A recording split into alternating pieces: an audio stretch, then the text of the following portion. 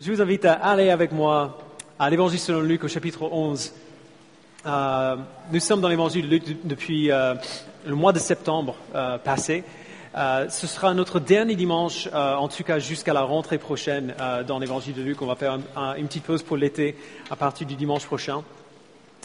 Mais aujourd'hui, on va lire à partir du verset 27 jusqu'au verset 32. On va le prendre petit à petit et on va commencer presque immédiatement dans la lecture du texte.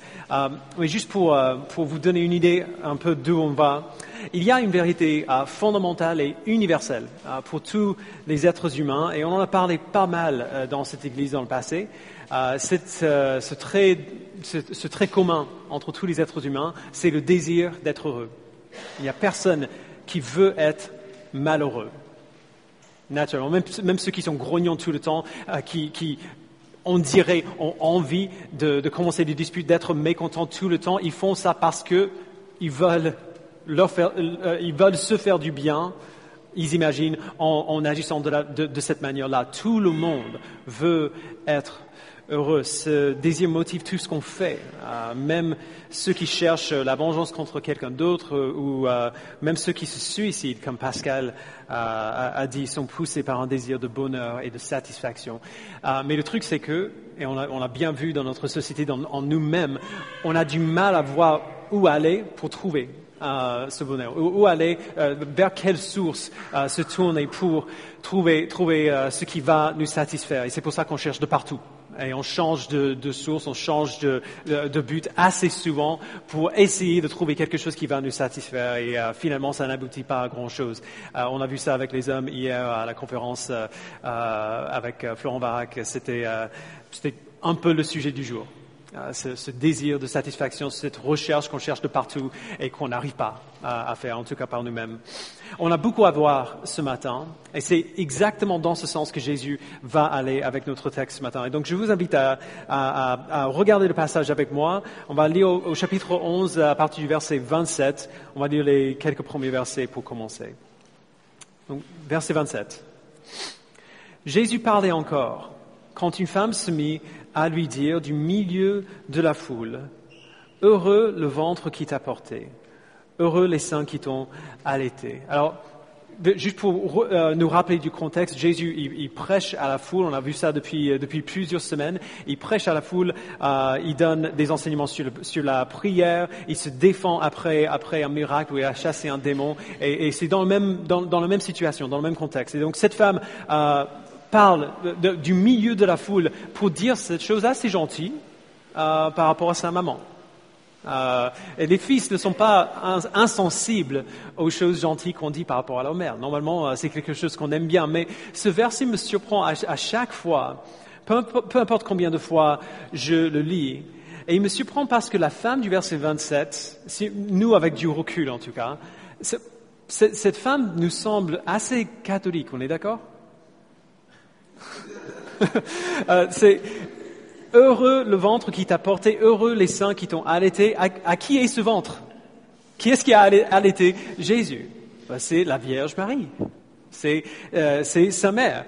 Et cette femme de la foule veut ou semble vouloir déclarer Marie comme particulièrement bénie, genre bénéficiaire d'un bonheur qui est au-delà du bonheur ordinaire que nous pouvons avoir. Et les catholiques, ils sont plutôt d'accord avec ça. Ils sautent sur cette idée que Marie était bénie. Ils disent que parce que Marie était sans péché, selon eux, Dieu l'a trouvée digne de porter le Fils de Dieu. Alors si on lit les évangiles, on voit que c'est pas vrai.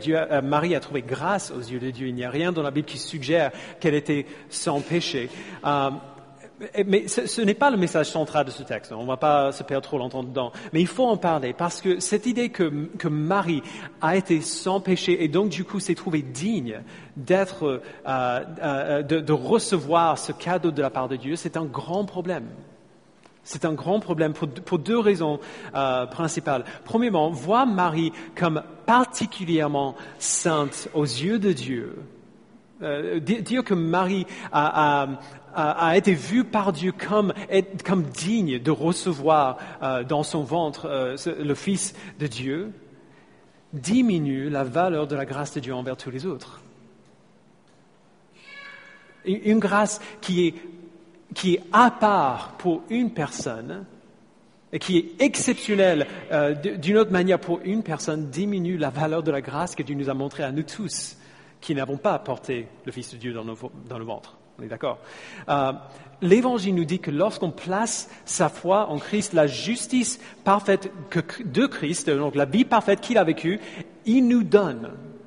Pour que si on se place devant Dieu, Dieu ne voit plus notre péché, il voit la vie parfaite de son Fils, comme si c'était nous qui l'avions vécu. Et que Dieu nous considère désormais comme aussi justes, aussi moralement parfaits que son Fils, que Jésus-Christ lui-même. C'est ça que l'Évangile dit. Mais s'il y a deux niveaux, en quelque sorte, de justes, s'il y a deux niveaux de saints devant Dieu, ça veut dire que le sacrifice de Jésus pour nous n'a pas fait tout ce qu'il aurait pu faire. Il nous a amenés peut-être jusqu'ici, mais pas jusque-là, là où est Marie. Bien sûr, ça détruit la valeur de l'Évangile lui-même. C'est très grave. Parce que l'Évangile proclame que la grâce que Dieu montre à un seul de ses enfants, il montre à tous ses enfants, sans exception. Et sans aucune raison en nous-mêmes pour mériter cela. La deuxième raison pour laquelle c'est un problème est beaucoup plus évident, et beaucoup plus simple. On le voit très clairement dans notre texte. Lorsque la femme se focalise sur Marie comme étant particulièrement bénie parce qu'elle a porté Jésus, Jésus n'est pas d'accord avec elle. Il dit non. Verset 28, regardez. Il répondit, heureux plutôt ceux qui écoutent la parole de Dieu et qui la gardent. Il dit, non, je vois pourquoi tu veux dire ça par rapport à ma mère. Et c'est gentil. Mais Dieu fait quelque chose de bien plus grand ici. Dieu a quelque chose de nettement plus grand en tête que le simple cadeau de porter le Fils de Dieu dans son ventre. Si tu veux voir vraiment une personne qui est vraiment bénie, regarde à l'homme ou à la femme qui écoute la parole de Dieu et qui la garde. C'est cette personne-là qui est vraiment, vraiment heureuse. C'est cette personne-là qui est vraiment bénie. Alors, cette idée, nous les évangéliques, on aime bien ça. L'idée que finalement, écouter la parole de Dieu et garder la parole de Dieu, ce qu'on essaie de faire, ce qu'on veut faire tous, c'est ça qui nous rend heureux et bénis aux yeux de Dieu. On aime bien cette idée, mais bon sang, est-ce qu'on a du mal à le croire? On a beaucoup de mal à croire vraiment ce qu'il dit. Si nous écoutons la parole de Dieu et gardons la parole de Dieu, nous serons heureux, ou nous sommes heureux. Vous vous êtes déjà demandé pourquoi c'est tellement difficile pour certaines personnes d'accepter la vie, je ne sais pas comment ça s'appelle, mais la vie de bonne santé. Je dis ceux qui mangent bien, font du sport pour être en bonne santé. Vous voyez ce que je veux dire? Les gens qui mangent bien et qui font du sport savent que lorsqu'ils font ça régulièrement, ils se sentent mieux. Il y a certaines personnes ici qui font ça, vous serez d'accord avec ça. Si on mange bien, si on fait du sport, on se sent mieux. Et ils veulent se sentir mieux. Et donc, ils font ça. Ils persévèrent, ils mangent bien, ils font du sport, parce qu'ils veulent se sentir mieux. Moi, si vous me connaissez un petit peu, je déteste le sport. Et j'aime beaucoup les hamburgers. Quand je fais du jogging ou quelque chose du même genre, non seulement je m'ennuie, mais tout ce que je ressens, c'est la nausée et la fatigue. Ça me fait pas beaucoup de bien. Mais je sais que j'éprouve ces sentiments-là parce que je ne fais pas assez ça. Je ne mange pas assez bien et je ne fais pas assez de sport. Je sais que si je persévérais et si je faisais ça de manière régulière, je ferais la même expérience que vous les sportifs ont fait. Mais en quelque sorte, je me sens pas maintenant assez mauvais ou assez mal en moi pour avoir envie de me sentir mieux, de passer par tout ça pour me sentir mieux. Le jour où je suis vraiment mal, à ce moment-là, on va revoir le truc. Mais bref, si je persévérais, je sais que mon expérience avec le sport serait différente. C'est essentiellement ça que Jésus dit ici, mais sur une échelle infiniment plus grande et infiniment plus importante. Il dit que ceux qui persévèrent dans l'obéissance au commandement de Dieu seront heureux. Et le mot, juste pour être clair, le mot en grec pour heureux veut dire heureux. Il n'y a pas de mystère ici, c'est vraiment ça qu'il veut dire. Si nous écoutons la parole de Dieu et la gardons, nous serons heureux. Pensez par exemple, je vais vous donner un exemple que j'ai piqué de Matt Chandler. Pensez par exemple aux 10 commandements qu'on trouve dans Exode chapitre 20. Laissées à elles-mêmes, les sociétés humaines tendent toujours vers certains comportements néfastes. Et il y a des traits communs à tous les péchés dans lesquels les sociétés humaines tombent. Les puissants, par exemple, exercent un contrôle totalitaire sur les faibles. On voit ça dans les pays où il y a une dictature qui règne. On voit ça aussi dans certains pays où c'est entre guillemets démocratique, mais où les dirigeants exercent quand même un pouvoir qui est à la limite de la dictature. Et donc, Dieu dit au verset 3 de Exode chapitre 20, « Tu n'auras pas d'autre Dieu devant moi. » Tu n'auras pas d'autre Dieu devant moi. L'autorité absolue de Dieu, c'est lui le seul Dieu, empêche un être humain d'exercer l'autorité absolue sur un autre être humain. Si on obéit à ce commandement, il n'y a pas de dictature possible. Puisqu'il n'y a qu'un Dieu, il n'y a personne d'autre qui peut s'élever comme Dieu, ou à ce stade-là. Dans les sociétés humaines, on se sert des faux dieux pour soutenir les puissants. Les puissants établissent des symboles, des statues, des monuments, et ainsi de suite, pour ancrer dans les cœurs et dans les esprits de leurs sujets le pouvoir qu'ils ont sur eux. Et donc Dieu dit au verset 4, « Tu ne te feras pas de sculpture sacrée, ni de représentation de ce qui est en haut dans le ciel, en bas sur la terre et dans l'eau plus bas que la terre. Tu ne te prosterneras pas devant elles et tu ne les serviras pas, car moi, l'Éternel ton Dieu, je suis un Dieu jaloux. »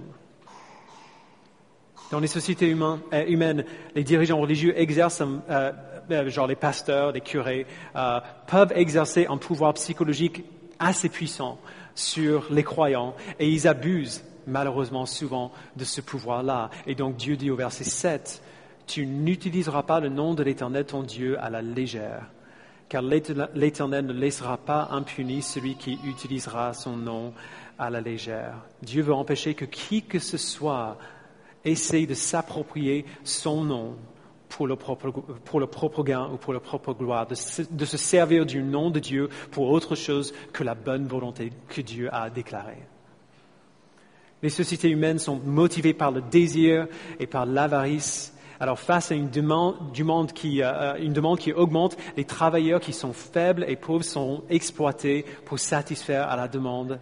Et donc, Dieu dit au verset 8, « Souviens-toi de faire du jour du repos un jour saint. Pendant 6 jours, tu travailleras et tu feras tout ce que tu dois faire, mais le 7e jour est le jour du repos de l'Éternel, ton Dieu. Tu ne feras aucun travail.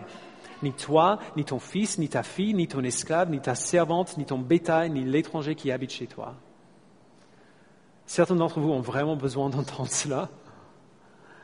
Aucun employeur ne devrait avoir un pouvoir aussi significatif sur ses employés. Ça devrait être hors question qu'un employeur a ce pouvoir-là. Alors le commandement de Dieu de garder le sabbat, le jour du repos, rappelle à tout le monde, depuis le PDG de l'entreprise jusqu'au laboureur le plus humble, que nous sommes faits pour plus que la productivité. Nous n'existons pas pour ça.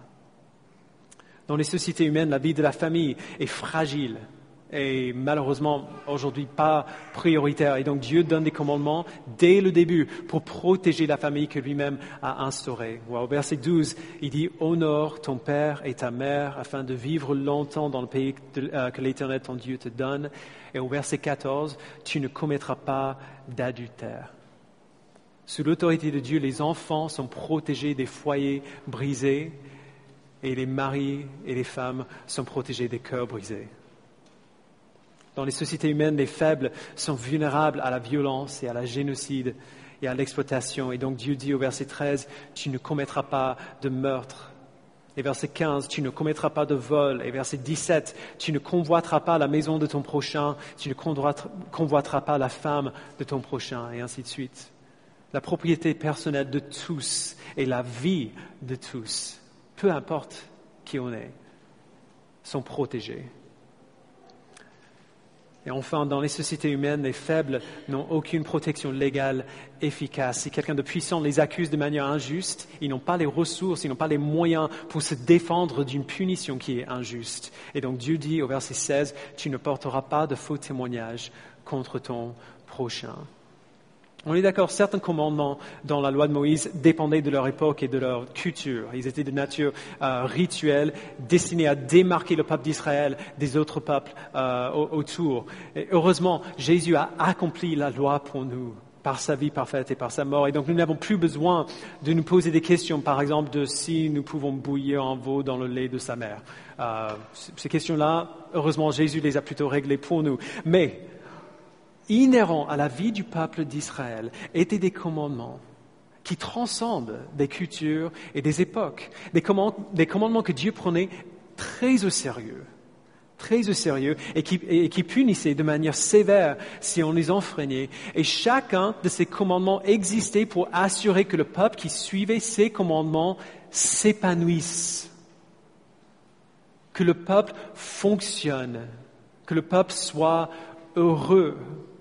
Cette société-là qui garde ces commandements serait une société quasiment paradisiaque, ou un endroit où les gens qui y vivaient diraient sans question, ça devrait être comme ça partout. Partout, ça devrait être ainsi. Et la même chose est vraie pour chaque commandement que Dieu donne à son peuple dans l'Ancien et dans le Nouveau Testament. Chaque fois que Dieu donne un commandement et dit « Voici le genre de peuple que vous devez être », le résultat pour ceux qui obéissent à ces commandements est toujours la bénédiction et l'épanouissement pour eux et pour ceux qui sont autour d'eux. Alors évidemment, ça ne veut pas dire que suivre les commandements de Jésus, suivre la parole de Dieu résoudra tous nos problèmes ou nous protégera de tous les malheurs. Il y a toujours, on est d'accord, quand on persévère, il y a toujours ce brûlement dans les poumons quand on court, ces muscles qui font mal au départ.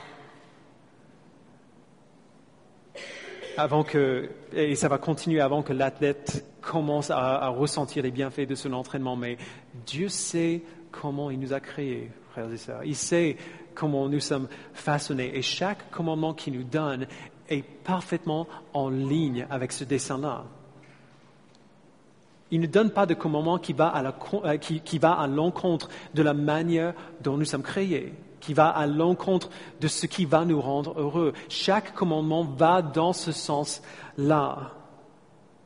Alors nous avons la certitude absolue que si nous faisons ce que Dieu nous dit de faire, ce sera toujours, sans aucune exception, pour notre bien, pour notre joie en lui et pour sa gloire. Infiniment mieux que nos propres idées de ce qui va nous rendre heureux. Alors si on s'arrêtait là, il serait tentant de voir ce que Jésus dit ici comme un simple moyen pour arriver vers une fin. Si tu veux être heureux, obéis au commandement de Dieu, tout simplement. Si tu veux être heureux dans ta vie, fais ce que Dieu te dit de faire de manière générale dans les commandements moraux. Mais Jésus n'est pas un simple moyen pour arriver à une fin, et ces commandements ne le sont pas non plus. La simple obéissance aux commandements moraux de Dieu, peu importe à quel point cette obéissance est bonne, cette obéissance ne suffit pas. Elle n'est même pas le début. C'est pour cela que Jésus continue. Au verset 29. Alors avant que nous on continue, on aura besoin de certaines informations pour nous y préparer. À la fin, on va voir ce que la première partie a à voir avec la deuxième. Jésus va citer ici 2 histoires de l'Ancien Testament pour illustrer ce qu'il va dire. La première histoire, c'est l'histoire de Jonas. Je ne sais pas si vous avez déjà lu le livre de Jonas, mais si vous ne l'avez pas fait, allez le lire. Il est très court, 1 demi-heure, c'est fini. C'est facile à lire. Juste pour résumer globalement, parce qu'on aura besoin de comprendre son histoire pour comprendre ce que Jésus dit. Dieu voit une ville qui s'appelle Ninive, dans laquelle le péché et la dépravation ont totalement débordé. Dieu ne peut plus le tolérer. Et donc il envoie un prophète qui s'appelle Jonas à Ninive pour leur dire que s'ils ne changent pas de voie, s'ils ne se repentissent de leur péché, il va les détruire. Mais Jonas ne veut pas y aller. Lui, il déteste l'idée. C'est un caractère assez difficile à aimer, disons. Il n'aime pas l'idée que si seulement ce peuple demanderont pardon à Dieu, Dieu va les pardonner. C'est pas juste pour lui. Et donc, du coup, il va dans l'autre sens. Il monte dans un bateau et il part dans l'autre sens. Mais Dieu, quand il est sur le bateau, il fait lever un orage, et quand Jonas se rend compte que l'orage est là à cause de lui et qu'il risque de faire couler le bateau, il dit aux hommes qui sont dans le bateau de le jeter dans la mer. Après ça, assez extraordinaire, il se fait avaler par un énorme poisson, et il reste dans le ventre de ce poisson pendant 3 jours et 3 nuits. Après cela, le poisson vomit Jonas par terre, pas loin de Ninive, et Jonas va dans la ville et leur dit enfin ce qu'il était censé leur dire au départ, et les gens de Ninive se repentissent et sont épargnés. Voilà la première histoire. C'est pas tout, mais voilà en résumé. La deuxième histoire que Jésus mentionne ici se trouve dans 1 Roi chapitre 10 et dans 2 Chroniques chapitre 9. Elle parle du roi Salomon, qui était l'homme le plus sage de toute la terre. Selon la Bible, et il y avait une reine, le reine de Séba, la reine du Midi, qui a entendu parler de la sagesse de Salomon et qui a voyagé très très très loin pour entendre sa sagesse. Et elle a cru que le Seigneur a béni Salomon en lui donnant toute sa sagesse. Elle a entendu ce qu'il a dit et elle a été émerveillée par la sagesse qu'avait Salomon. Et elle a fait un énorme trajet pour pouvoir faire cette expérience là. Donc voilà la deuxième histoire. Maintenant, la question, pourquoi on dit tout ça, c'est qu'est-ce que Jésus essaie de dire en racontant ou en faisant référence à ces histoires-là. Donc on va le prendre petit à petit, verset 29. Comme la foule s'amassait, il se mit à dire, « Cette génération est une génération mauvaise. Elle réclame un signe miraculeux. Il ne lui sera pas donné d'autre signe que celui de Jonas. » En effet, de même que Jonas a été un signe pour les Ninivites, de même le Fils de l'homme en sera un pour cette génération. Alors Jésus dit que les foules autour de lui réclament un signe miraculeux. Ils veulent voir des choses spectaculaires pour valider ce que Jésus dit. Bon, en gros, si tu es vraiment qui tu dis être, fais quelque chose pour nous le montrer. Mais Jésus dit qu'ils ne veulent pas vraiment une preuve, ils ne veulent pas vraiment valider ce que Jésus dit de lui-même, ils veulent simplement quelque chose pour les divertir. Ils sont une génération mauvaise. Et donc Jésus dit, d'accord, pour vous, aucun miracle. Pas aujourd'hui. On va pas faire ça maintenant. Le seul signe que je vais vous donner, c'est un autre type de signe. C'est pas ce que vous cherchez, mais c'est bien. C'est le signe de Jonas. Alors, qu'est-ce que le signe de Jonas? Dans l'évangile de Matthieu, au chapitre 12, on le voit un peu plus clairement. Matthieu raconte cette même histoire, il raconte ce même moment, mais il ajoute autre chose que Jésus a dit. Et donc, je lis la même chose à partir du verset 39 de Matthieu 12. Jésus leur répondit, « Une génération mauvaise et adultère réclame un signe miraculeux. Il ne lui sera pas donné d'autre signe que celui du prophète Jonas. » Verset 40, « En effet, de même que Jonas fut 3 jours et 3 nuits dans le ventre d'un grand poisson, de même, le Fils de l'homme sera 3 jours et 3 nuits dans la terre. » Alors là, on a la réponse à la question. Qu'est-ce que le signe de Jonas? C'est Jésus lui-même. Crucifié, enterré, ressuscité. Ce qui s'est passé à Jonas serait similaire, il dit, à ce qui se passera pour lui. Jonas est jeté dans la mer pour se noyer et il est avalé par un poisson. Il reste dans le poisson 3 jours et 3 jours plus tard, il est recraché sur terre, incroyablement vivant. De la même manière, Jésus serait bientôt crucifié par son peuple, enterré dans un tombeau. Il resterait dans ce tombeau pendant 3 jours et 3 nuits et, incroyablement, il sortirait de ce tombeau bien vivant. Voilà le signe que vous aurez, il dit. Vous voulez un signe? Voilà votre signe. Voilà le miracle que vous cherchez. Mais clairement et assez incroyablement, ce signe-là ne satisfera pas tout le monde. Jésus dit au verset 31, « Lors du jugement, la reine du Midi se lèvera avec les hommes de cette génération et les condamnera, parce qu'elle est venue des extrémités de la terre pour entendre la sagesse de Salomon. Or, il y a ici plus que Salomon. Lors du jugement, les habitants de Ninive se lèveront avec cette génération et la condamneront parce qu'ils ont changé d'attitude à la prédication de Jonas. Or, il y a ici plus que Jonas. Jésus rappelle à ces gens juifs, des histoires qu'ils connaissent très bien. Et il leur raconte ces histoires afin de leur reprocher pour leur incrédulité. Vous avez vu le Messie, il dit. Vous voulez voir un signe, vous m'avez vu. Le signe que vous cherchez, c'est moi. Le signe de Jonas, c'est moi.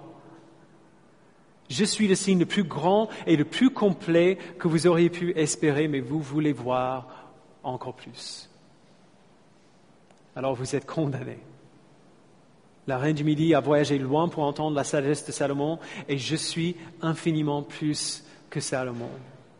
Les gens de Ninive se sont repentis quand ils ont entendu la prédication de Jonas, et je suis infiniment plus que Jonas. Vous n'avez aucune excuse. D'autres gens ont vu beaucoup moins que vous et ils ont cru. Vous avez vu le Fils de Dieu lui-même et vous voulez voir encore plus. Vous voyez pourquoi c'est une reproche qui est si dure? C'est horrible. C'est comme dire à ton enfant ado qui ne fait pas quelque chose comme il faut, mais ton petit frère de 6 ans fait mieux que toi. Mais à une échelle éternelle. Jonas n'aurait pas dû être à Ninive. Il aurait dû mourir dans la mer. Et Dieu aurait très bien pu envoyer quelqu'un d'autre. Et quand même, Dieu l'a amené sain et sauf sur terre afin qu'il aille à Ninive. Et pour les gens de cette ville, entendre la parole de quelqu'un qui n'aurait pas dû être là et qui parlait de la part de Dieu était suffisant. C'était suffisant. La parole de quelqu'un qui n'aurait pas dû être là et qui parlait de la part de Dieu, c'était suffisant. De même, ceux qui entendent et qui voient Jésus et qui le refusent quand même, qui refusent le Fils de Dieu quand même, n'ont aucune excuse. Jésus n'aurait pas dû être là non plus, si on y pense un peu. De tous ses droits qui étaient à lui en tant que deuxième personne de la Trinité, il aurait dû être encore au paradis avec son Père. C'est ça qu'il méritait. Ou au minimum, il aurait dû être encore dans un tombeau à Jérusalem. Mais il n'y est pas. Il est venu, il a vécu, il est mort, il est ressuscité. Il n'aurait pas dû être avec ces gens, mais il l'était. Il ne devrait pas être encore vivant aujourd'hui en train de nous parler par sa parole, mais il l'est. Et quand même, nous voulons encore plus de preuves, comme la foule. Nous voulons encore quelque chose d'indéniable vers lequel on peut regarder avant qu'on accepte de lui faire confiance, avant qu'on accepte de lui dire « Ok, je ne comprends pas, mais ok ». Nous voulons encore des réponses à toutes nos questions, données juste comme il faut, avant qu'on soit prêt à accepter de faire confiance que l'Évangile dit la vérité et que Jésus dit la vérité. Et Jésus dit que si nous persistons dans cette insistance-là, de vouloir exactement ce que moi j'ai en tête avant que j'arrive, avant que j'accepte de croire, si nous persistons, nous serons condamnés.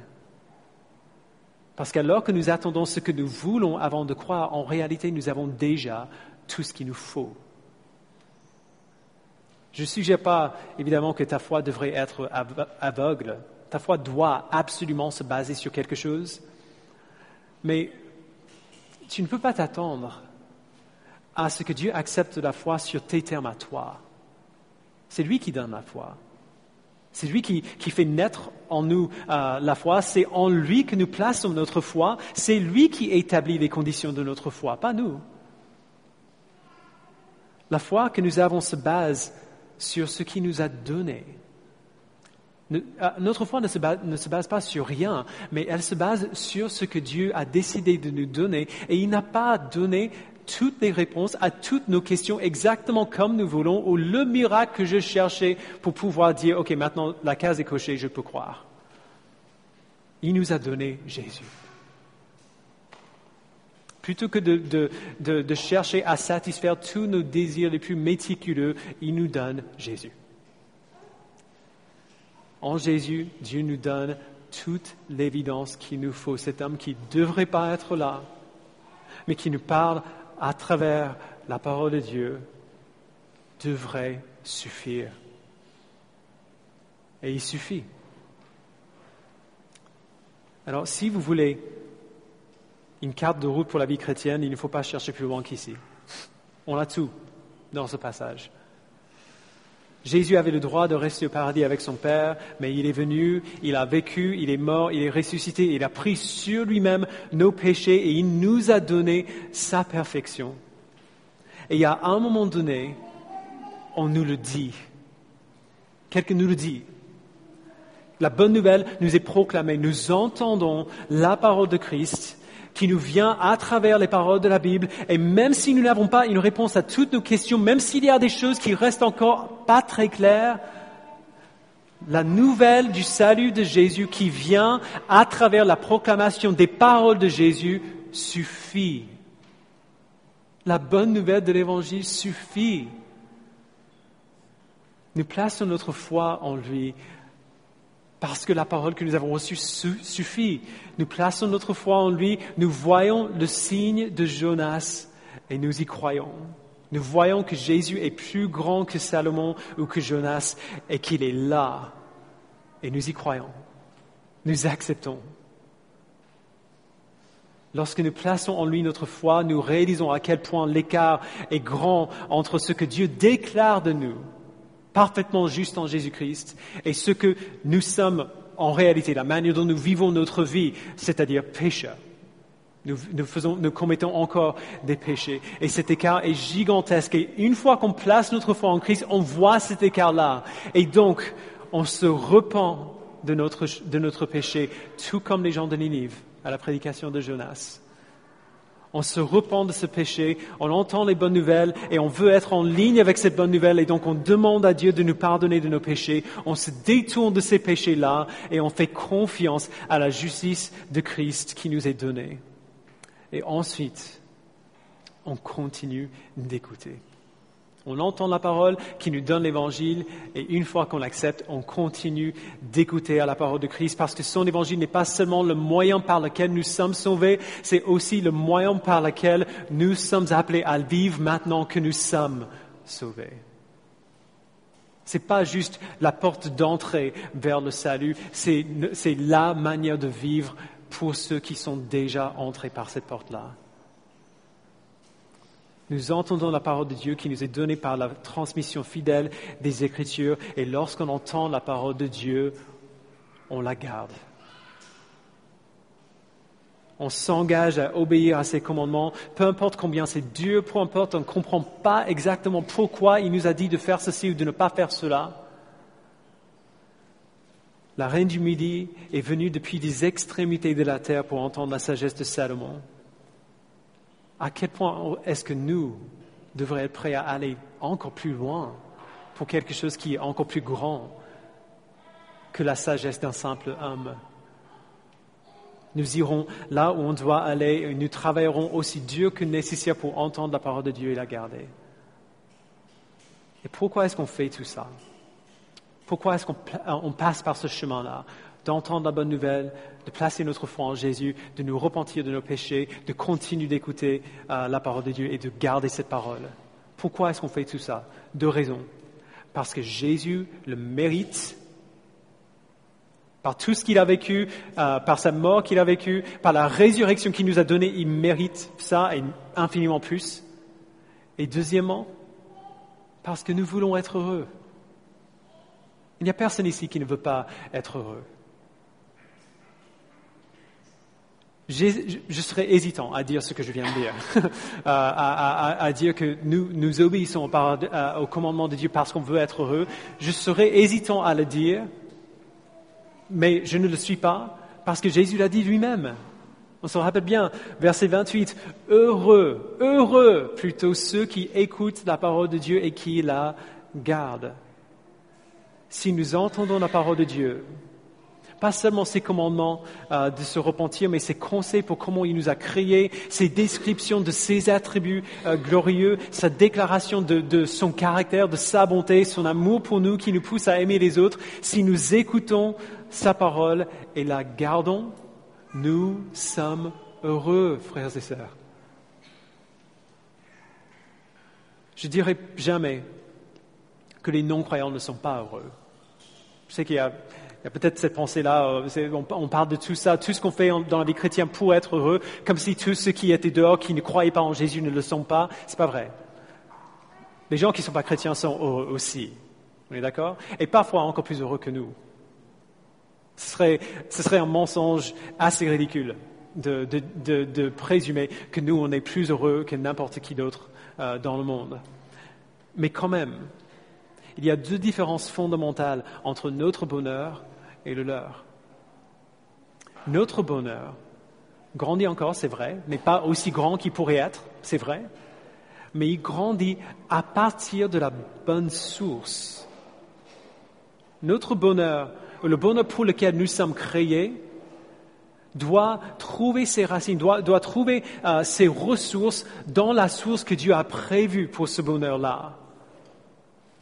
Et nous qui avons la foi en Christ, il nous a dit où aller pour puiser notre bonheur, où aller pour travailler ce bonheur-là. Et donc du coup, même si notre bonheur grandit encore, il grandit de la bonne manière. Parce qu'il puise ses racines dans la bonne source. Le psalmiste a dit, comme un arbre planté près des cours d'eau. Parce que le bonheur du chrétien a ses racines en Dieu, pour qui nous sommes créés, il grandit sans cesse en ce qu'il est destiné à être, c'est-à-dire parfait. Il nous a créés pour un bonheur parfait en lui, et c'est vers ce bonheur-là que nous nous dirigeons. Parce que nous puisons notre bonheur de la bonne source, c'est-à-dire lui-même. Et deuxièmement, notre bonheur, puisqu'il est enraciné en Jésus-Christ, n'aura jamais de fin. C'est une sacrée différence. Notre bonheur n'aura jamais de fin. Il est peut-être encore petit aujourd'hui pour certains d'entre nous, et pour nous tous, il grandit encore. Il pourrait être plus grand qu'il est aujourd'hui. Mais il va continuer de grandir. Et il ne cessera jamais de grandir pour toute l'éternité. Sans Jésus, tout le bonheur qu'on peut trouver, peu importe à quel point il semble puissant et intense aujourd'hui, est temporaire. C'est temporaire. Comme un arbre qu'on nourrit avec du vinaigre. Puisqu'il n'est pas nourri de la bonne source, à un moment donné, il va stagner. On va réaliser que ce que je poursuivais pour être satisfait, finalement ne me satisfait pas plus que ça. Et sans Jésus à la mort, toute trace de même ce bonheur contrefaçon va disparaître. Le vrai bonheur, le bonheur qui trouve sa source dans les vérités qui sont dignes de ce bonheur-là et qui n'aura jamais de fin, mais qui va continuer d'augmenter pendant toute l'éternité. Le vrai bonheur, frères et sœurs, se trouve en Christ et dans la vie qui nous invite à vivre. Chaque commandement est destiné à ce but-là. Pensez encore à la femme dans la foule et ce qu'elle a dit sur la Vierge Marie. Verset 27, « Heureux le ventre qui t'a porté, heureux les seins qui t'ont allaité. » Il est facile de voir pourquoi elle dirait ça. Ce ne serait pas génial d'être la maman de Jésus, de voir dans son petit garçon une sagesse extraordinaire et d'avoir un petit enfant sans péché. Les parents qui ont un enfant qui a plus que 3 ans, ce ne serait pas génial d'avoir un enfant sans péché? Ce serait extraordinaire.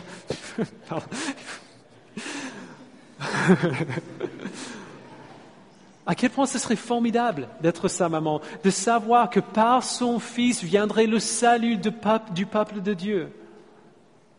Quelle joie d'être la mère de Jésus. Mais quand même, Si ce que Jésus dit ici est vrai, être la mère de Jésus n'était pas la plus grande joie que Dieu avait destinée pour Marie. Avoir cette place comme la mère du Fils de Dieu n'était pas la plus grande joie que Dieu avait prévue pour Marie.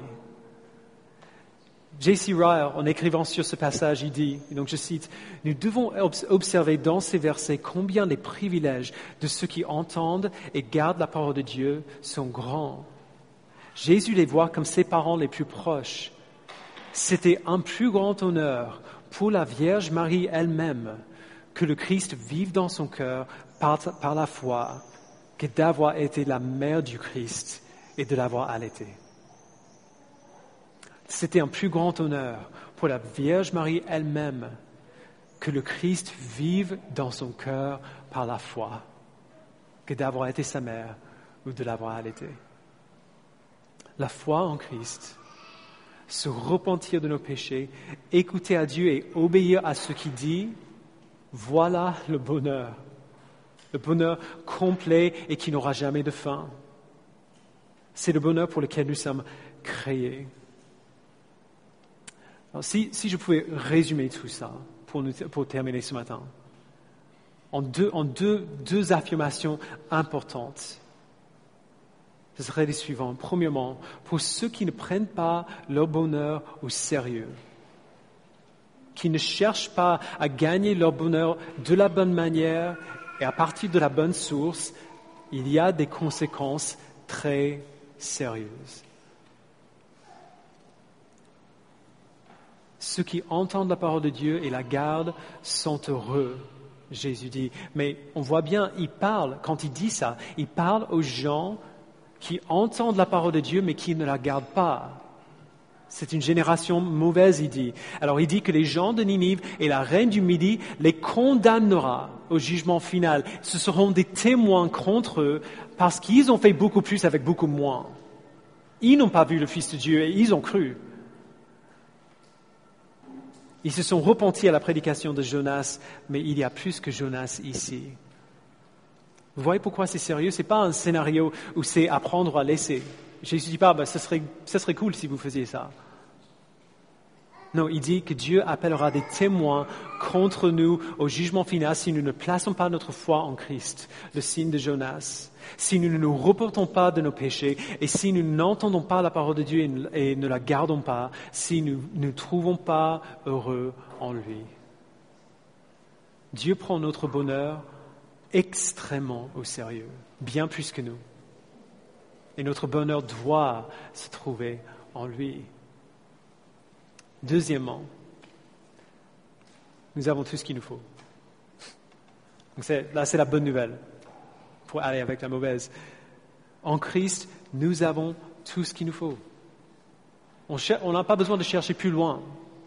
Nous pouvons maintenant commencer à chercher notre bonheur au bon endroit.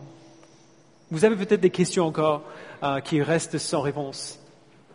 Vous avez peut-être encore des questions qui vous travaillent. Vous êtes peut-être à moitié convaincu. Mais si vous avez entendu l'Évangile, et si vous savez ce que Jésus a fait pour vous, et vous connaissez l'appel qu'il vous donne de lui faire confiance et de le suivre, alors du coup, vous avez tout ce qu'il faut. Il y a peut-être des réponses à vos questions que vous allez trouver par la suite, mais dès maintenant, si vous connaissez ce minimum de choses-là, vous avez ce qu'il faut. Encore, il ne vous appelle pas à une foi aveugle, il vous appelle à la foi sur ces termes, basés sur ce qu'il vous a déjà donné, et il vous a déjà donné tout ce qu'il faut. La bonne nouvelle, c'est lorsqu'on fait ça, lorsqu'on lui fait confiance malgré les questions qui nous restent, malgré nos hésitations qui restent, lorsqu'on lui obéit, malgré le fait de ne pas complètement comprendre pourquoi il nous dit de faire ceci ou cela, il nous donne encore plus. Il répond à nos questions, bel et bien. La Bible a les réponses à nos questions-là. Il fortifie notre foi plutôt que de nous laisser dans l'ignorance. Et donc du coup, frères et sœurs, qui entendez la parole de Dieu jour après jour, faites ce qu'il vous dit de faire. Si vous savez qu'il vous dit de faire quelque chose, faites-le. Si vous savez qu'il vous dit de ne pas faire ceci ou cela, ne le faites pas. On sent, vraiment, c'est pas si compliqué que ça. Et je dis ça à moi-même tout le temps. Hein. Des choses que je fais et je réalise, mais bon sang, je savais. C'est simple. Écoutez sa parole et gardez-la. Donnez à Dieu la chance de vous montrer qu'il sait de quoi il parle quand il vous donne des commandements et quand il vous dit « vous serez heureux si vous faites ça ». Il sait de quoi il parle. Donnez-lui la chance de vous montrer ça en gardant ce qu'il vous dit de faire et en voyant « il avait raison ». Obéissez-lui dans tout ce qu'il vous dit de faire et voyez qu'il sait très bien ce qu'il dit. Et si vous ne connaissez pas Jésus aujourd'hui, je ne connais pas tout le monde ici, vous avez, vous aussi, tout ce qu'il vous faut pour le connaître. Nous qui sommes chrétiens depuis longtemps, nous n'avons rien de plus que vous en termes de choses qui sont nécessaires. Vous avez entendu la bonne nouvelle ce matin, déjà. Alors vous pouvez y répondre. On va, sans pause ni transition, on va prendre un moment de Sainte Seine ce matin. C'est le moment de chaque culte où nous nous souvenons de ce que Jésus a fait pour nous à la croix. Et on en a déjà parlé. Sur la croix, Jésus a pris sur lui-même nos fautes, nos péchés, nos imperfections qui nous condamnaient devant Dieu. Dieu a déversé sur Jésus à la croix la colère que nous méritons. Et en échange, Jésus nous a donné sa vie parfaite. Pour que lorsque nous plaçons en lui notre foi, quand nous nous tenons devant Dieu, il nous déclare juste parce qu'il voit sur nous la justice parfaite de son Fils. C'est de cela que nous nous souvenons à chaque fois que nous mangeons ce pain qui représente son corps et ce jus qui représente son sang, qui ont été brisés et versés pour nous.